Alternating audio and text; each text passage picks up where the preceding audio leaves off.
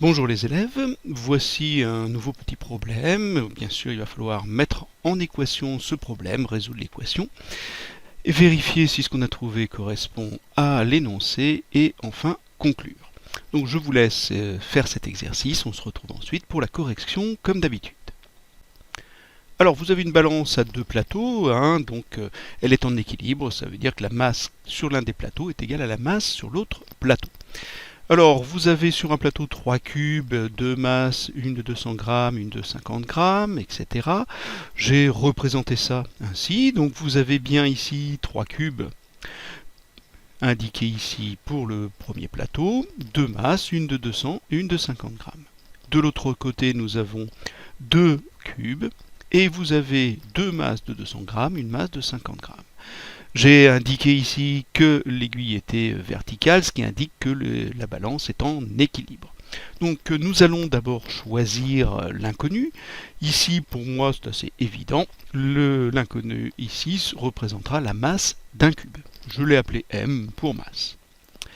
Ensuite, nous allons mettre en équation, nous allons donc traduire ce problème en équation.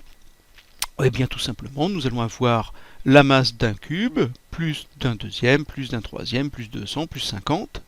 De l'autre côté, m, plus 200, plus 200, plus 50. Et nous aurons l'égalité entre les deux expressions. Donc là, vous avez la masse qu'il y a sur le plateau de gauche, ici la masse qu'il y a sur le plateau de droite. Et bien évidemment, nous devons avoir l'égalité.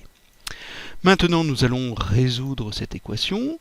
Pour cela, vous avez ici m, évidemment, ça fait 3m. De ce côté, m plus m, ça fait 2m.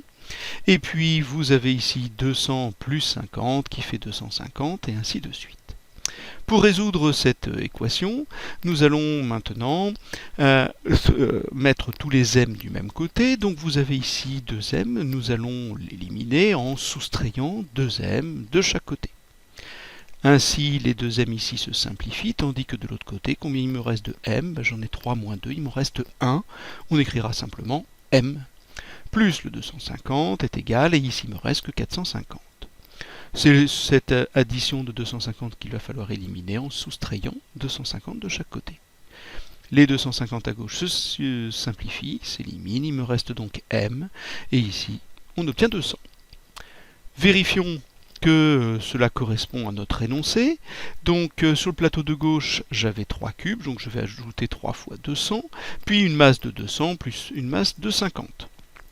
Ça me fait 850 grammes. De l'autre côté, j'ai deux cubes de 200 grammes, plus 2 masses de 200, plus 50 grammes, ce qui fait également 850. On a donc bien l'égalité qui est vérifiée. On a donc la réponse à notre problème. La masse d'un cube, c'est 200 grammes.